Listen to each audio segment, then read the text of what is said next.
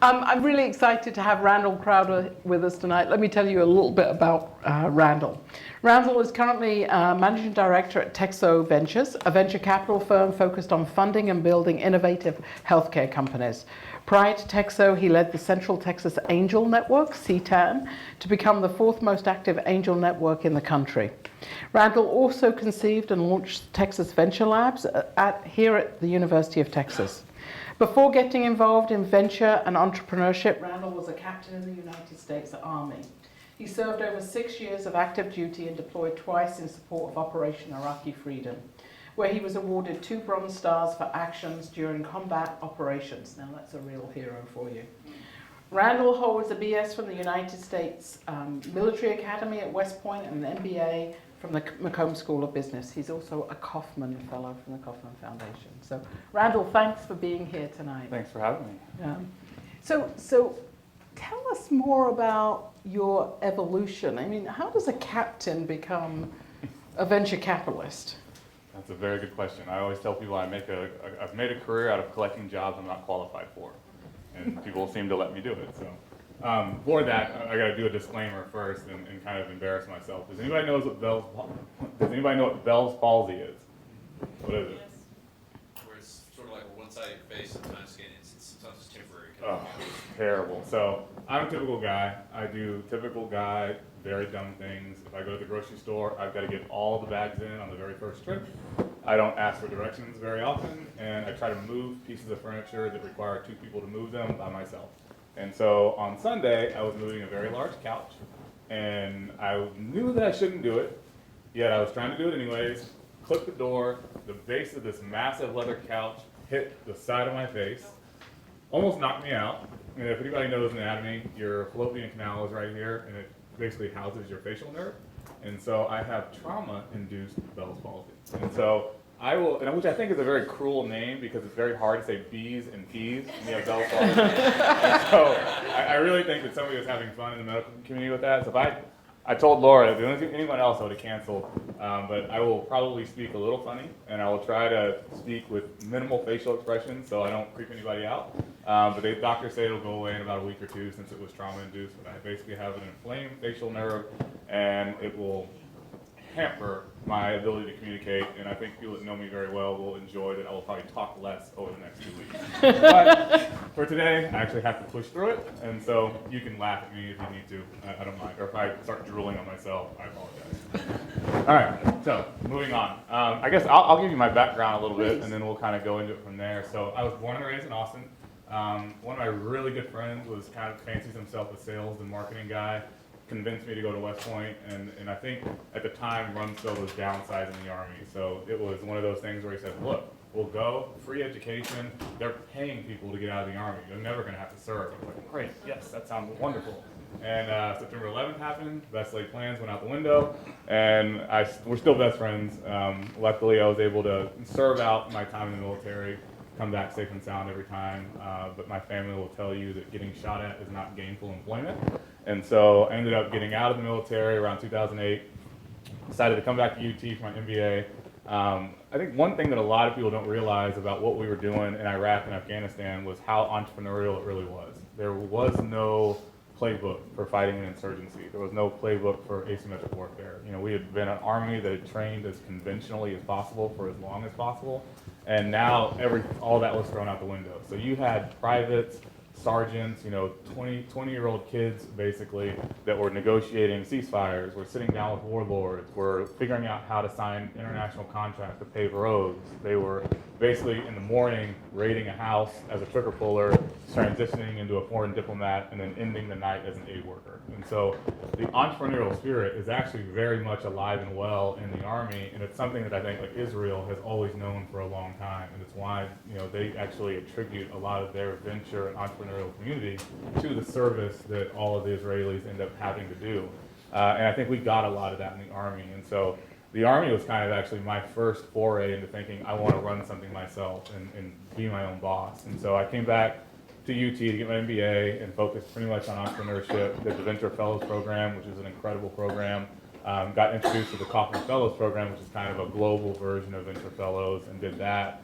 And I guess at McCombs, I think I ruined it for everyone else. I think I had the record for the most independent studies because I was doing CTAN, Texas Venture Labs, and then starting TEXO Ventures all while I was getting my MBA.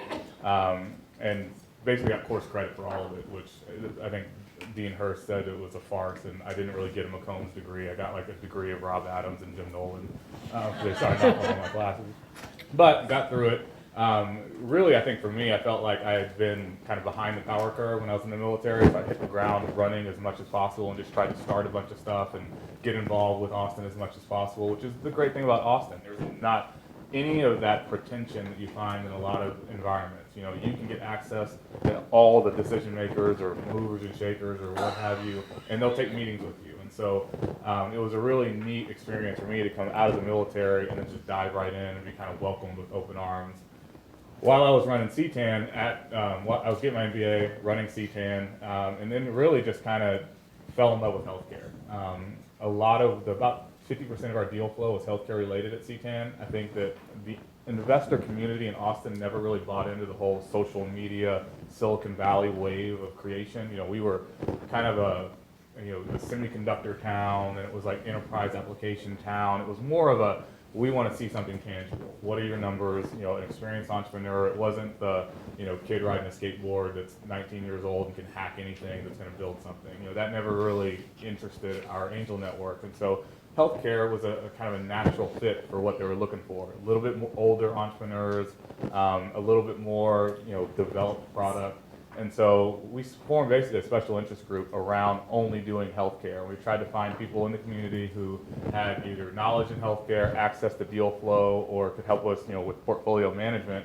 And it was really led by myself, one of the board members of CTAN, Dr. Philip Sanger, who is now one of my partners at TEXO. Jerry DeVries was at PTV Sciences at the time, and then a few other groups like Silverton and a few others that were, kind of looking at, more the digital side of healthcare. And so once we kind of formed that, we realized there actually weren't that many people in town that, had a kind of a career of healthcare behind them and then became an investor. And I think healthcare is a unique industry in that you do need that, which again, clearly I'm not qualified to do it, but I have two partners that are very qualified. And so, I've kind of learned, shotgun approach, drinking from a water hose over the last 7 years, focusing solely on healthcare. But we formed TEXO formally in 2009. Really the idea was, we all had relationships with investors. We didn't really want to raise a fund, and so we would find deals that we wanted to do ourselves, put our own money into it, the three of us, and then if we had room in the round, we would just introduce it to some of our friends and some of our network and do kind of pledge fund deals. And so we did that for about 5 deals. It was fun. Didn't have to really answer to anybody, but I was trying to protect most of our CEOs and let them keep running the business, and so I ended up having to do most of the fundraising for them, and that becomes a pain, and you start to realize why traditional VCs raise funds, because then you have fiduciary discretion, and you don't have to deal with fundraising every single time. So in 2012, we raised a fund, and now we're kind of doing a combination of that. Depending on the deal, depending on the dynamics of it, we'll invest either out of a traditional fund or a pledge fund, depending on how much it fits our investment thesis, which our investment thesis now has become pretty tight, and I would say largely because of my inability to understand the science of healthcare. TEXO only invests in the business of healthcare, which I get. And so we don't do any pharmaceuticals, any therapeutics, any biotech. Pretty much we focus on B2B software, health IT, tech-enabled health services, where most of our customers are large payers, preferably self-insured employers, or provider systems. So we haven't really got bought into the whole consumer app craze just yet. But a typical deal for us right now is an initial check of maybe $1 million to $1.5 million, with the idea that we'll invest 4 to 6 over the lifetime of our participation with the company. We've got 10 companies so far. None of them have failed outright yet, which is shocking to me. And only one of them, I think, really keeps me up at night. So that's nice. And we'll see if we can't, make some money along the way. So you traded the rifle for the checkbook. I did. Did it feel better? It does. It was one of those things where you miss a lot of the military once you get out of it, because when people say they're going to do something, like personal accountability and initiative is a little bit different in the military than the civilian world. And I've had to learn to be a good investor. Because I think that the best way to think about it is you're a backseat driver, and I hate being a backseat driver. But to be a good investor, you can't be grabbing the wheel every time, and you need to let your entrepreneur go forth and conquer, or come to you for help. As a rifle carrier, you can dictate what to do, and you know and they're going to do it, and that was a little bit of a hard adjustment that maybe entrepreneurs and investors, LPs, are not going to respond the same way that a private in the military would respond to one of my commands, but I'm still working on my user friendliness. This is great. Don't we want VCs that are more user friendly? So it seems like a big change, though. I mean, what did you learn other than the fact you said that in the military it was very entrepreneurial, much more, but it's also about leadership. I think leadership on both sides. Talk to that a little bit. I think that's an interesting. You bring up an interesting point, because so many people when I started TVL. I basically kind of taught on McCombs faculty for a year as I transitioned out, and we, really kind of, Rob Adams took the reins and ran with it beautifully. But one of the things that used to always come up was this sense that everybody was playing the angles, and that everybody kind of, they would do things for certain reasons and not for others, and they were always trying to kind of hack things. And I was like, look, the best jobs are going to come along when you're not really looking for a job. The best people will watch you when you don't even know you're being watched. And so when I came out of the military, there was a sense of like, wow, that was a disadvantage. It was, you don't know, you haven't been on Wall Street, you've never sold a company. And the reality is a lot of venture and a lot of investing you can learn. Leadership you have to experience, and you got to put yourself through that crucible, and you don't know how you're going to respond to high pressure situations unless you do them. And so what I tell JMOs, junior military officers that are now getting out of the military, you got to own your experiences. A lot of them come out of it and they're almost self-deprecating. It's almost like, well, geez, I I don't know anything about finance. I've just been in the military. And I'm like, no, turn it around. Like, there's plenty of people with Harvard resumes. There's not that many people who've led 50 people in combat. And so you understand high pressure situations, you understand organizational development, you understand leadership, and it's neat to see Silicon Valley even kind of change. I don't know how familiar everybody is with kind of what's going on with leadership, but there was a time where it was like you had to be a hacker to start a company. You had to be you just can't shower, you got to ride a skateboard, you wear Converse, sorry, not a hacker. And that's who started companies. And now, you look at like Stuart Butterfield with Slack, there's this whole resurgence to like poli-sci majors and English lit majors and people that understand organizational development and leadership and how customers are going to receive a product. And so I think the rule of thumb now for me is, there is no prerequisite for anything you want to do. I should not be a venture capitalist. I should not be in healthcare. But I did it. And there's plenty of people that come out of business school and they're told, well, you got to do this, then you got to do this, then maybe you'll have a chance to do this. Look, the entrepreneurial spirit is do what people tell you shouldn't and succeed at it. And if that doesn't work, fail fast and do it again. Well, we've had some very successful ex-military CEOs in town. Yeah. I'm thinking Ridescout. I'm Yeah. thinking Craig Malloy. Absolutely. I'm thinking Alan Nikowski. Yeah. I mean, Love these Alan. are people that come from your background and interpret those skills from the military, the things they've learned, Absolutely. into what they're doing every day. Absolutely. Yeah, I think one of the other things that, I kind of jokingly say, when you're carrying a rifle, you can dictate to people what to do. But in the military, the reality is there's so much specialty and special function within a military unit. You have a guy who's a really good sniper, a guy who's a really good navigator, a guy who's really good at this job, and this job. And you really have to understand how to delegate and how to use your resources to your advantage. You can't, as an officer, I can't be the navigator and the sniper and the driver and calling for fire and calling in a CAS mission or doing a bunch of things all at once. I need to trust and cultivate the small unit leadership underneath me and hope that I train them well enough that when it hits the fan, they're going to respond. And so, as Alan will tell you, as he's just on a hiring binge, he can't dictate to everyone directly. He's got to find his first line of leaders, they have to find their own leaders, and you have to be able to kind of create a situation where you can build a large organization that can scale. And I think the military does that very well because it is bureaucratic, but in a good way. But it's a set of skills that often, that nerdy programmer doesn't necessarily have. That's true. And so it seems to be a very valuable skill for building companies. So do you look for those skills in the entrepreneurs that you're thinking about funding? I do. I mean, for me, accountability initiative is really the things I look at the most. I want people who I don't have to hold their hand. And I always tell people, the reason why I syndicate deals and I try to bring in other firms is because I'm not the smartest guy in the room. And I know that. And I'm not stupid enough to think I am. And so I also don't want financial leverage over my company. We have a couple of companies where we're pretty much the sole investor. And it creates an odd dynamic because is the entrepreneur making the right decisions, or is he just worried that we're going to pull the checkbook from him? When you have an entrepreneur who has a massive amount of accountability and initiative and can bring a lot of different people from a lot of different ecosystems to the table, it changes the dynamic of that company greatly. One of our companies, SwipeSense,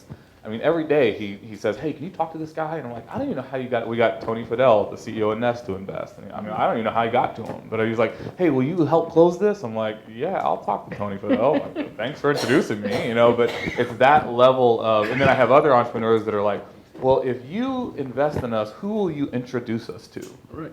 All right, I don't want to be in that situation where you need me to do your job for you. I want entrepreneurs who are like, look, guy, I'm building this company. I want you involved with it, but make no mistake, you're not the only game in town.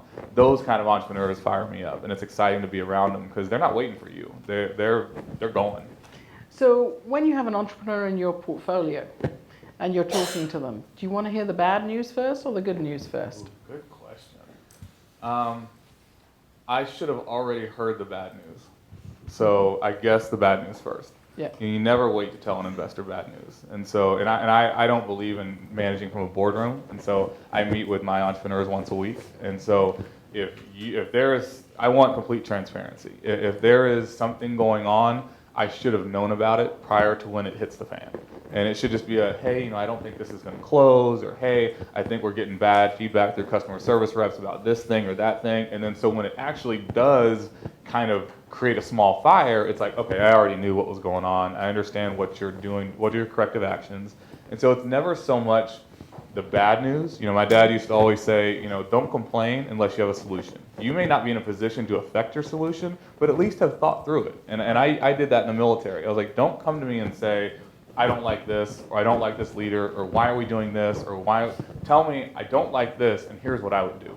And then that gives me the chance to either learn something new that I hadn't thought of, or it gives me a chance to say, well, you're looking at it from 10,000 feet, and that's why you think we can do this. I'm looking at it from 30,000 feet, and we can't do it because of this. And then you educate somebody, and they go, okay, I get it. And now they're not just pissed off. You heard their critique. You gave them some knowledge they didn't have, and now they can go forth and keep doing their job.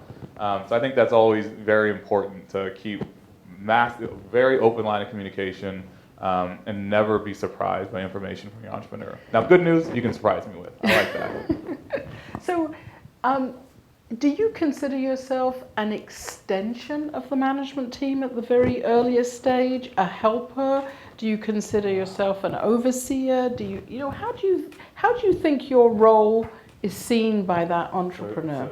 You're catching me at a very interesting time to answer that question. So when we first started TEXO, our idea was, and I was kind of creating, I came up with a name, I was kind of creating our pitch and how are we going to differentiate ourselves, and it sounded good. It's like, look, we're going to roll up our sleeves and we're going to get involved and we're going to be, active investors. And when we did that for the first 5 companies, we were adjunct management teams. So we would actually take some of our carry and our management fees and actually put them at risk with the company. We would have to accomplish certain things for them, set up their advisory board, get them their first sale, do things that our investors wanted us to do to help the company. So we're like, we felt good about that. Like we're investors and we're getting involved, and look at us go.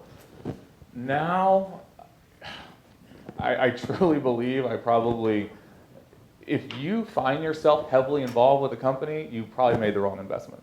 That doesn't mean you can't be helpful, but the companies that are doing the best don't really want us that involved. They will ask us for help. Hey, look, can you get me introduced to this person? But that means get the door open and then get out of my way and let me go do it. I'm like, sure, okay. And so if you're too active, it's probably a sign that things have gone a little bit wrong, or you're not hiring properly within the company. And I'm kind of modulating what I mean as active. Yeah. But I find that when the entrepreneurs got the stick and they've got accountability and initiative and they're running their company, there's not a lot of room for me to get involved. And I want to, because I love the entrepreneurial side of it. I think the investing side of it is just a necessary evil. I do not like managing money whatsoever. I hate dealing with LPs, but it's the price you pay to play the game. And so I love working with companies. I'm always kind of like, hey, what can I help with? Can I come over? And when you have a good relationship with an entrepreneur, they'll let you do that. And you can kind of find how to be involved but not micromanage. So I would say I'm more cautiously active now. But is it also the stage of company that's where some of your portfolios are at? I mean, do they need early on where they don't have all the resources, where perhaps you've given them, you and others, a little less capital to prove out their concept, to determine their first few customers, and then later on when they're more in a building and scaling mode? Yeah, that's good. I think that's a good point. I would say to the extent that even in the beginning we got heavily involved, it was the first 8 to 12 months. Okay. And then after that, hopefully the company has got its sea legs and they can kind of figure out what's going on their own, and then it's more of an advisory role. But some companies, especially in healthcare, need a little bit more hand-holding than others. So if you have, I think and this might transition into our conversation about healthcare specifically, what's interesting right now is you see a lot of technologists kind of, you might have missed the internet boom or whatever, the dot-com boom, but you still have this great skill set. Well, the healthcare industry is 10 years behind private sector. And so you could have a CS undergrad go into a hospital system and just blow the roof off it. They'd be like, this is like, they would be bringing Xbox and the hospital has Atari. And they're just so slow to adapt. And you really don't need to be 10 years, these technologists find this just easy. And so I think what they lack, what they have a whole lot of on the technology side, they really lack in healthcare industry experience. And so those are companies where we probably would stay more actively involved because they just can't get access to the good old boys or good old girls network within healthcare. Silicon Valley loves I keep using the same analogy, but loves kind of the stereotype entrepreneur. People in Nashville and Memphis and Minneapolis, they don't care about Silicon Valley at all. The healthcare industry could buy Silicon Valley, 10 times over. It's funny money. It's massive amounts of money, and it's kind of the old guard. And you have these, 60-year-old, gray-haired hospital executives that don't really care about Uber and Facebook, and you have to have a different way to approach them. And the technologist, the 20-year-old kid can't come into a $2 billion hospital system and say, look what I can do for you. All they think is, oh my God, that's a lot of risk, that's scary, I don't want to do that. And they go with these giant, archaic companies like Epic and McKesson and Cerner because it's what they know, they feel safe. And so disruption is coming, but you have to be able to navigate how to properly apply disruption to who you're selling to. So in that regard, how do you do due diligence on the marketplace, that the companies that are coming to you look for you to, or you look to understand better before you decide whether they're an apropos investment? They may be a millennial, they may be older than a millennial, but you've just described this discord between, forgive the terminology, but traditional large enterprises and innovative small enterprises with guys seeing the opportunity to something new. It's customer validation is predominantly my diligence, and I think that's where, as entrepreneurs, you have to look at who are the investors that you're trying to reach out to.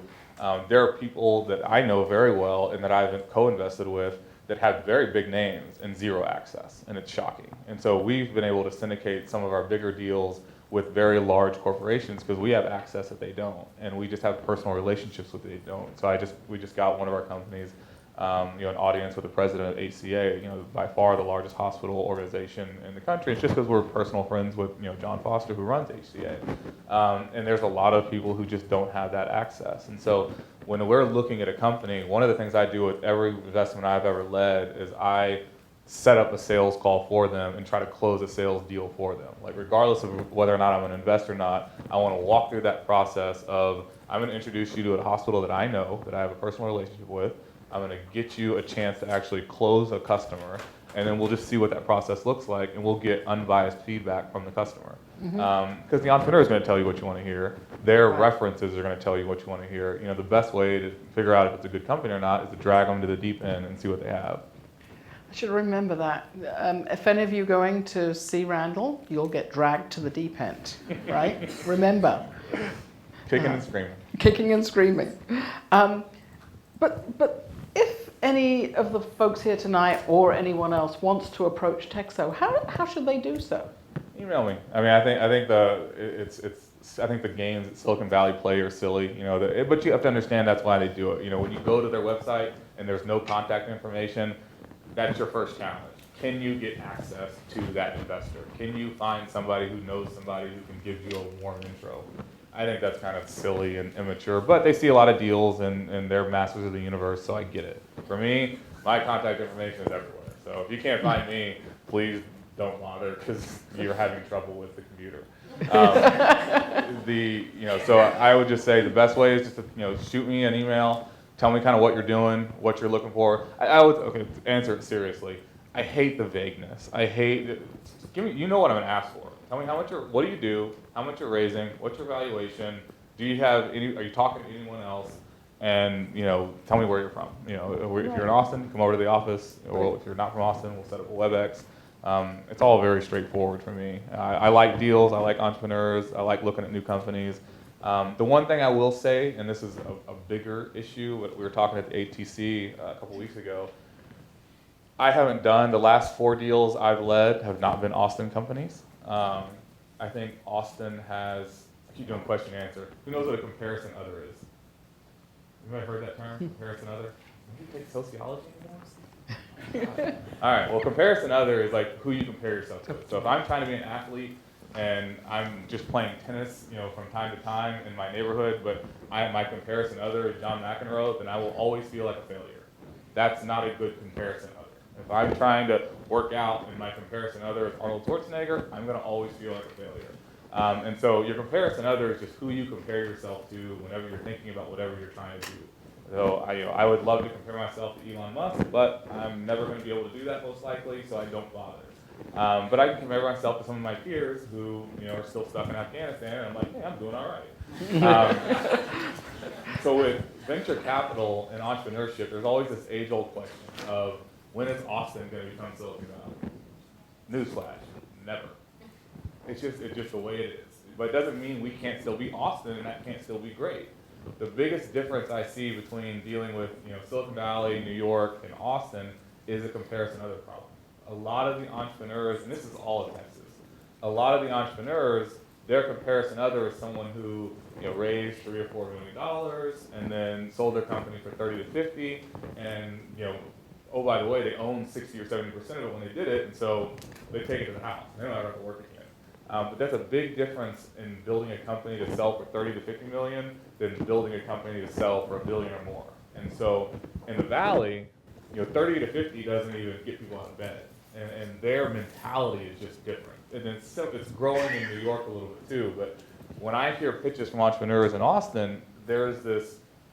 I don't want to be rude, but it's almost like a defeatist attitude. It's like, all we need is like $1 million, and we're running out of money, and I know if we just get a couple customers, and we get to $3 million AAR or ARR, we'll be able to sell this to this strategic who's already looking at us, and I'm pretty sure we can get a good 10x multiple on your angel investment. And I'm like, well, geez, I'm fired up now, But when you talk to people in the Valley, you're in this crazy, paradox of you're either a genius or you're insane. And I have no idea which, but I'm fascinated. And these people are like, okay, what keeps you up at night? And they're like, well, I'm trying to displace Facebook. And you're like, oh my God, really? Okay, well, crazy, ballsy of you, but how are we gonna do that? But there's something to be said for that, and that's exciting, and that's the kind of deals I want to be involved with. Life's too short to just hum it, and so. You got to know your audience when you're an entrepreneur. If you're trying to sell your company for $30 to $50 million and you want to own 60% of it when you do it, you will probably make more money at the end of the day than a lot of the Silicon Valley entrepreneurs that sell their company for hundreds of millions of dollars. So it is absolutely not a bad idea, and you will have a beautiful house on Lake Austin and never have to work again. But you can't go to a VC with that pitch. Go to angels, own that strategy, and do that. But if you're going to go to a VC, understand the dynamics of venture, understand the dynamics of carry, understand the dynamics of what they're looking for, and make sure your pitch is inspiring and that you're trying to solve a big problem that has big upside potential, because your vision has to make up for all the other bad investments that I made. So, when should they come to you? Very early on? I mean, I read on your website you like to have a money valuation in the 10 or sub 10 million when you first get in. I think honestly, I think as long this depends on VC, but for me, I think any time is good. You know, don't pretend like you're further ahead if you're not. But I on average, we spend about 11 months of diligence before we make an investment, and that just means entrepreneurs reach out. We tell them, hey, here's the value inflection points that we think you need. Here's where we think you have kind of the biggest gaps in your team or your market validation or whatever it might be. So we'll try to have some constructive feedback to say, look, if we were going to invest, here's where we would want you to get to. So now you have some clear goals to achieve, but don't be vaporware. Don't be too early. So the ideal time for us right now is you've got $300,000 to $500,000 invested to date, and hopefully a hefty amount of that is friends and family. Because if you can't find someone to inspire in your own network, why should I give you my investors' money? And then you should have a product that is close to beta, because we do digital health, and so it's not that hard to put some money to work and get something going. You should have at least 3 people part of your team. Yeah. And so if anybody emails me or I'll send them to you, I actually have this thing that I call Rule of 3, and it's a series of plays off the number 3, and it's how I look at investments. Okay, great. And you can send that out. Send it, and I'll be happy to send it on to all of you.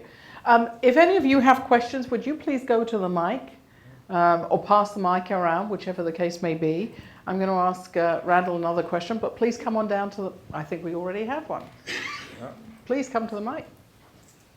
I love first mover advantage. Sure, No B's or P's. Not an easy one. I asked this question to the C10 guys over at the Austin Startup Network. But my question to Rick, I guess, Rick. Timmons, was... Could you speak to the microphone a little Sure. bit? Thank you. Is that on? It was, are the mentors and consultants and incubators and accelerators doing a good job at preparing startups to seek funding? And I'll cheat, I'll tell you his answer, which was very diplomatic, like all VC guys. He said, I wish that they were decelerators. But he said, he did say that accelerators and incubators were doing a good job, but it was kind of an ambiguous answer. I'll let you answer. Randall? Yeah, so there are definitely plenty of organizations and people that surround any entrepreneurial ecosystem that are absolutely a waste of time. So I'm not as diplomatic, I guess. But the people that are a waste of time for one entrepreneur might be game-changing for another entrepreneur. So it's about finding that right fit. The same goes for investors. And so I think the entrepreneur is the great validator. If you're an organization that's been around for a couple of years and entrepreneurs still continue to go back to you, you must be providing some value. And if you kind of come and then you're not, then I think you will. The market, it's a free market, and the market will work. And so I think it's up to the entrepreneur to find who is a good fit for them. Someone might hate Capital Factory, but love Tech Ranch, or vice versa. And I think Austin's kind of got to be careful of the bad mouth problem. There's AV used to always suffer from this. Everybody loves to make AV the bad guy. And Austin Ventures, for those you don't know, they're not really doing investing anymore at the stage they used to.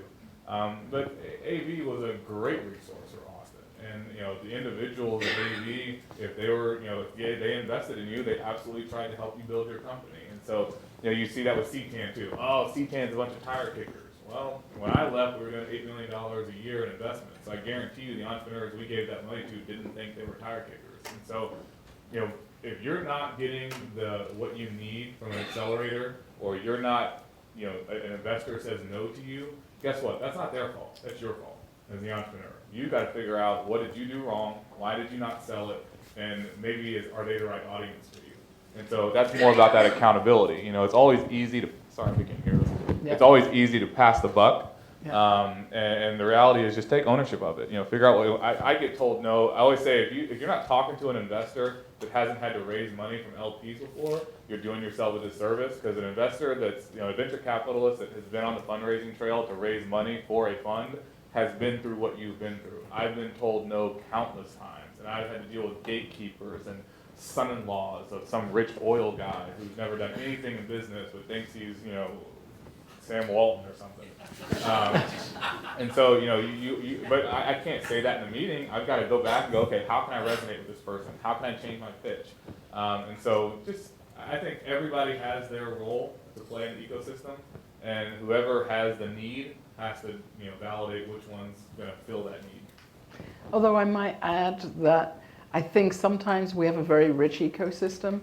And I had this conversation with a very talented both entrepreneur and venture capitalist just a week ago. And he's been doing this for 30 some odd years. And he said, you know, well, his one disappointment was we're not telling the entrepreneur as directly as you sound, as if you're telling them exactly what they need to do to be ready. Yeah. So we'd rather, in some of the ecosystem, it's easier to say, not kind of now, come back later. Whereas there was a time when we'd be, very frankly, a lot more brutal in saying, hey, this isn't going to work for these reasons. And so I think perhaps we got a little, I can't say we're gentle, but a little too conditioned. You got to understand the business model. I think you're exactly right. You understand the business model. Most accelerators are real estate companies. And so they're not really there.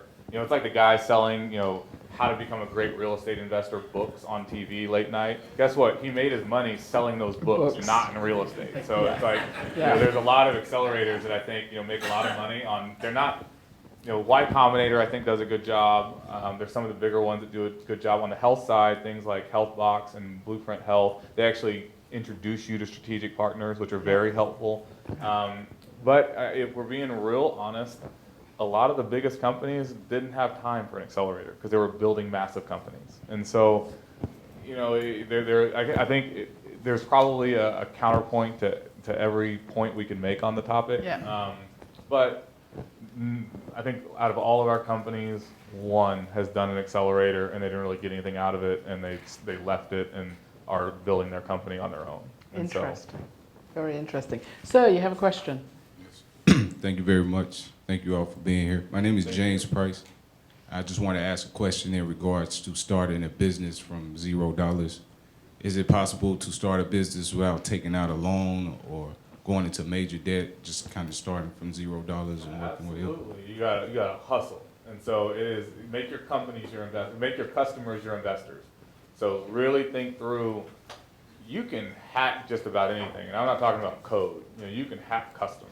So figuring out how who is your customer, you know, how can you leverage what you're trying to deliver to them. You know, you could maybe, I've seen entrepreneurs that have, you know, basically found a friend in the art department at UT, put together marketing collateral that made it look like a real business, wireframe, everything about what you might be doing, gone to a customer and just sold them cold.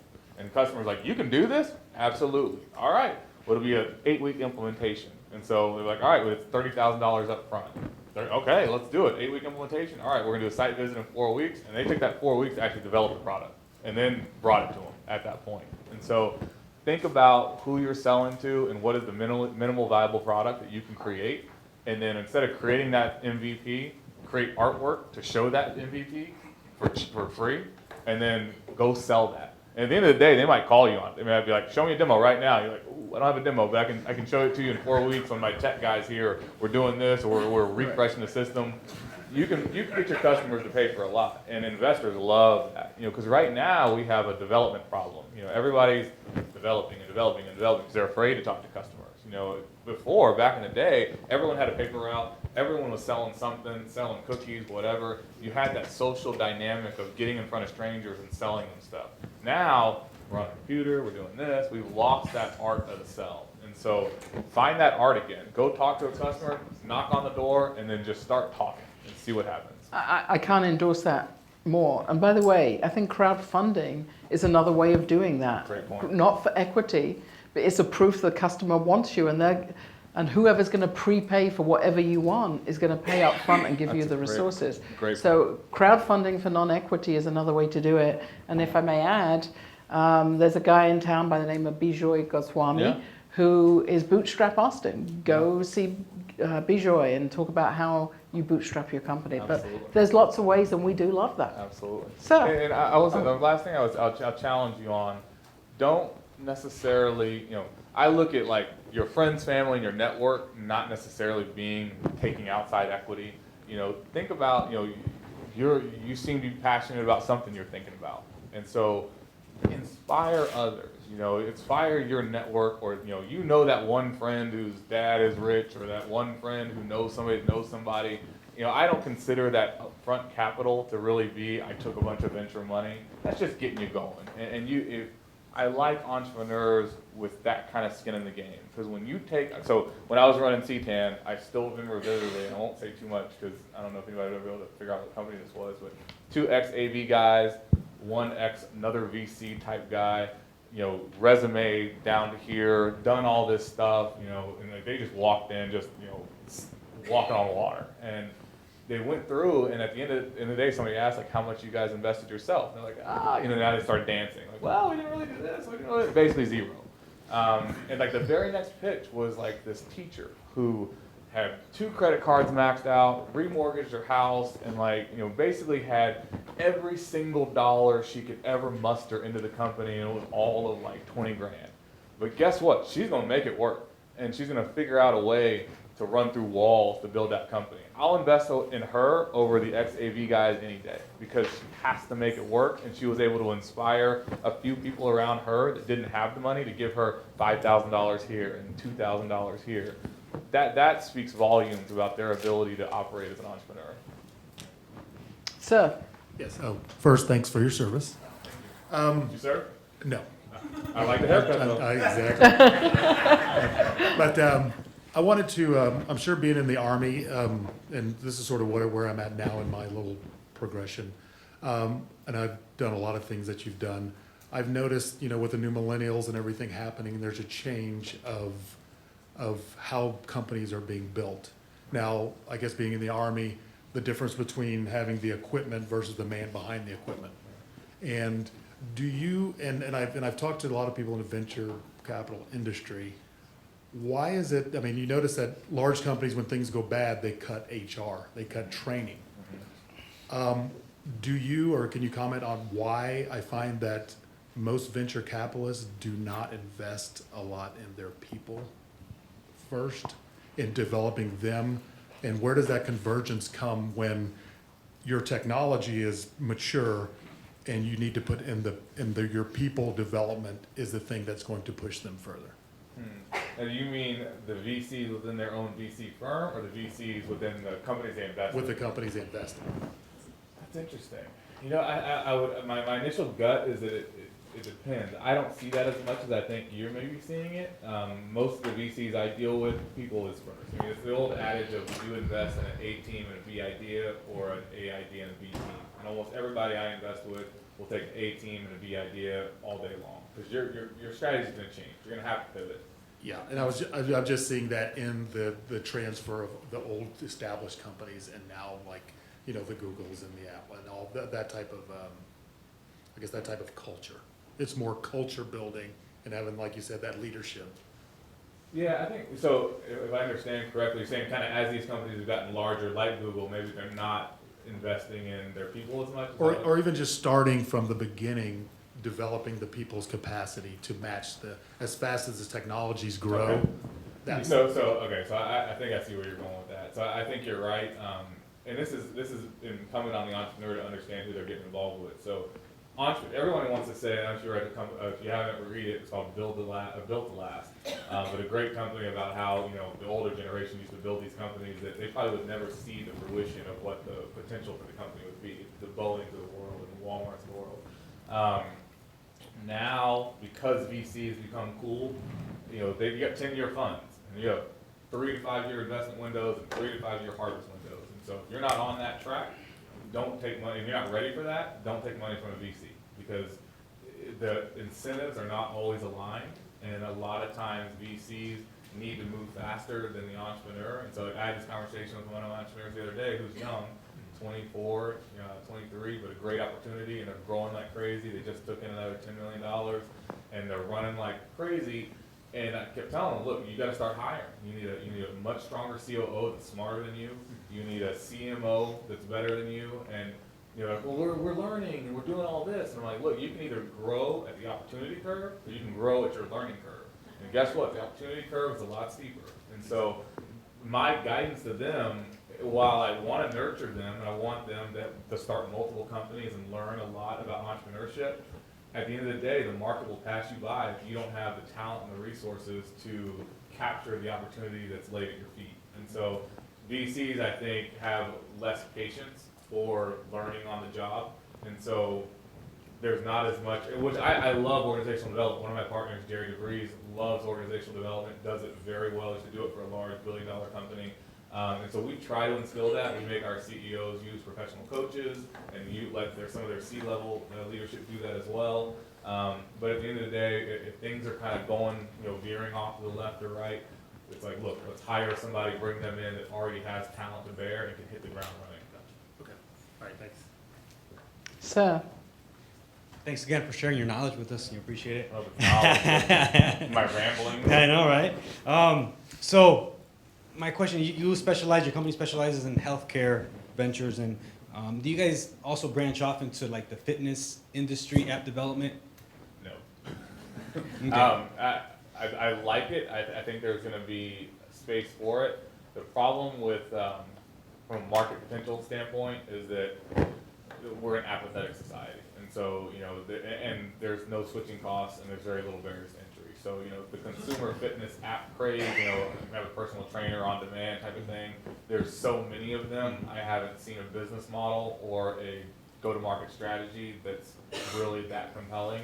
Locally, obviously, Matt My Fitness is probably the closest that was able to kind of figure that out, but also had an enterprise slant to it. Yeah, I think there's probably something there. It's just we don't do a lot of B2C. We don't do any B2C, and so I haven't seen anything that leverages an existing distribution channel that would be captivating to me without having to build a brand in and of itself. I see. Okay. Does that make sense? No, What do you think about starting something? something like that. I know How will you differentiate? I know a lot of the companies like Beachbody and stuff. They have a huge market, just like you said, the name out there. Yeah. So that just kind of sells itself. Yeah. But there's other things. But I can email you later about that and see if anything catches your eye or Yeah, something. I mean, we're definitely, the need to stay healthy and the need to have, that's how we're gonna kind of fix our healthcare issues, is dealing with chronic conditions, which obesity is one of them. So anything, that I would say, if you're looking for larger market share, figure out how to not just keep going after the people who are already physically fit. Figure out how to get fit for people who are chronically obese. Okay. That would be interesting. Although I am seeing in other parts of the country some more healthcare related, fitness or sports related for specific area of domain excellence using the Internet of Things, sensors and other things to improve what's going on. So certainly get with our expert afterwards. Sir. How you doing, Randall? How you doing? Right, no, we do. Good to see you after 13 years. Right. Yeah, good. So my question is for entrepreneurs, what is your advice if they're just getting in there trying to get some funding, and how do they protect their equity share? Meaning if they go from seed funding, they're excited to go into the A round, the B round, the C round, but then they're all excited, they got $20 million in the bank, but then they realize, I only have 15% share now. What is your advice for those entrepreneurs?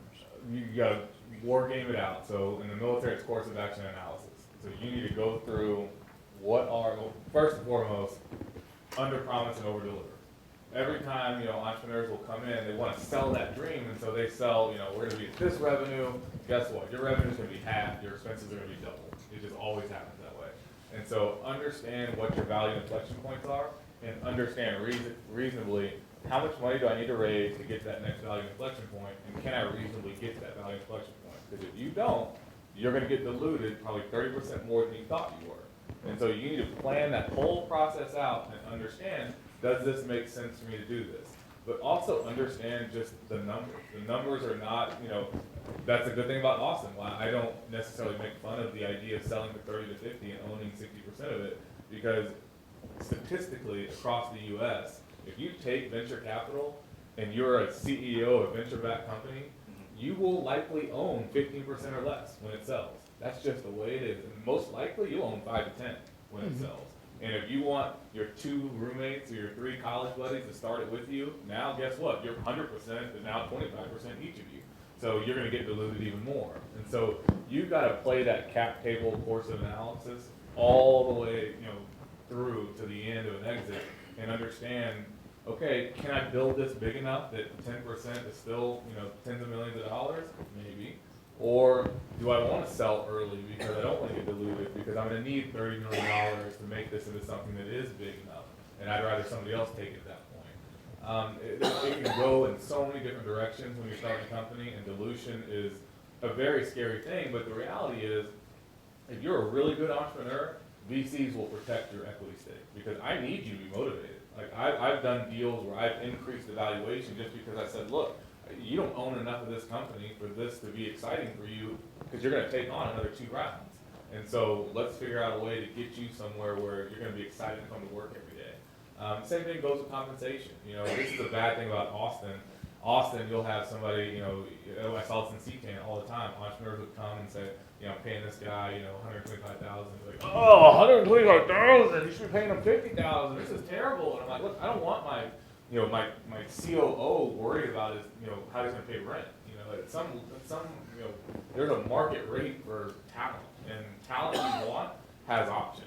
And so you're not going to find the guy who's got 3 successful startups under his belt and can game change your company and pay him $50,000 a year. You're going to have to come out of pocket and pay for it. So when you raise money, it's typically to hire talent.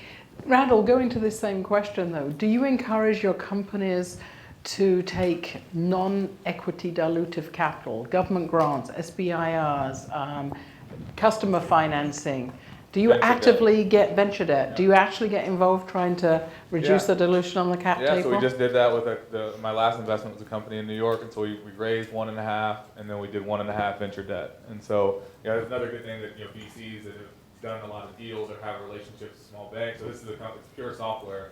A lot of times you're dealing with something like venture debt. Usually they'll only do it if you have a product, or they can kind of look at your revenues or something and have some, or you have some IP that they might be able to have because they're trying to underwrite it.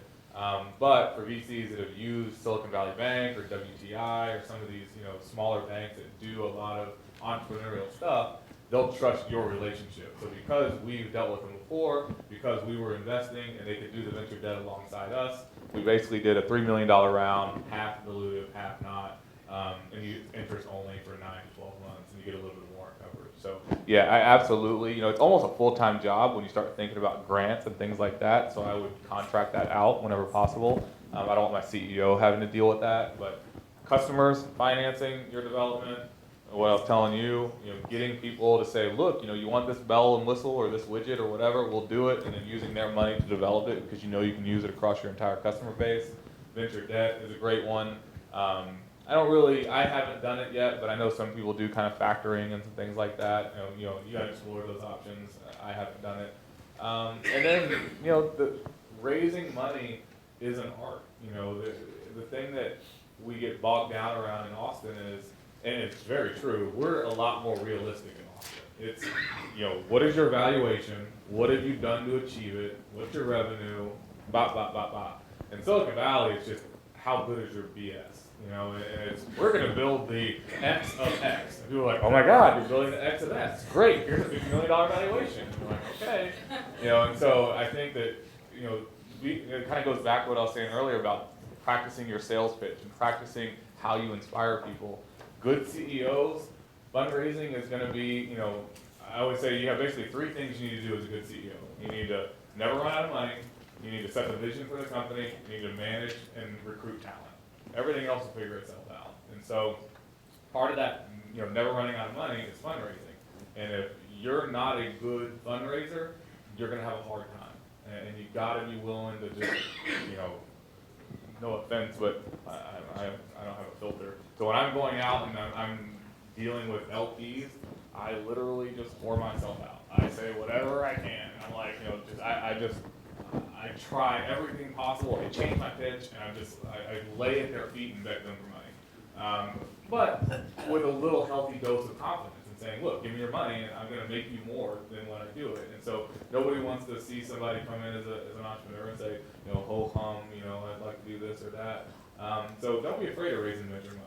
And if you have the right passion and the right product, you can protect your dilution by just increasing the valuation, saying, look, you want to invest, I know you want to invest, I'm not going to take more than 20% dilution right now. So the valuation, ergo, is going to be this. And it might not be based on what your company's doing at all. It's purely based on what the cap table looks like. So the valuation is X. There's lots of different ways to handle that. Sir? Hi.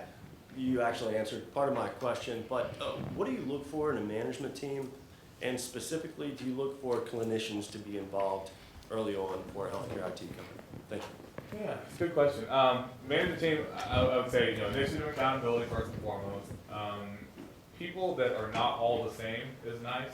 When you have the hair on fire, vision guy and detail-oriented COO, it's a good mix or a good blend.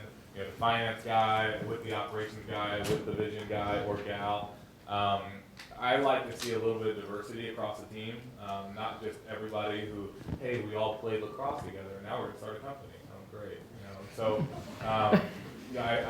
friends are hard. I don't necessarily look for friends. I did not ever invest in family members. I don't invest in husband and wife teams or husband and daughter teams or what have you. Just a personal preference. I think that there should be a leader. I think the hey, we're all co-founders is a little amateurish. I think you need to say, okay, someone is a CEO, someone is a COO. How are you going to divide up the responsibilities and build this company in a pragmatic way? It's not all let's be friends and kind of dance into the sunset.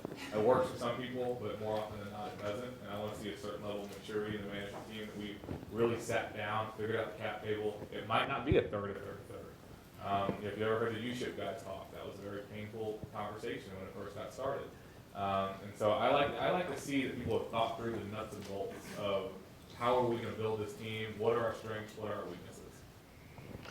Well, I hate to say this because I don't know about you guys, but I'm absolutely fascinated and I could go for another hour. But believe it or not, how time has come to an end. How bad was that? You were great. You were great. In fact, perhaps we were lucky that he is a little bit less active than normal, right? Yeah. I can talk a lot. Because I think we may be having you back again for the next stage of this. I promise I'll be fine. I'll be recovered. Randall, you did great.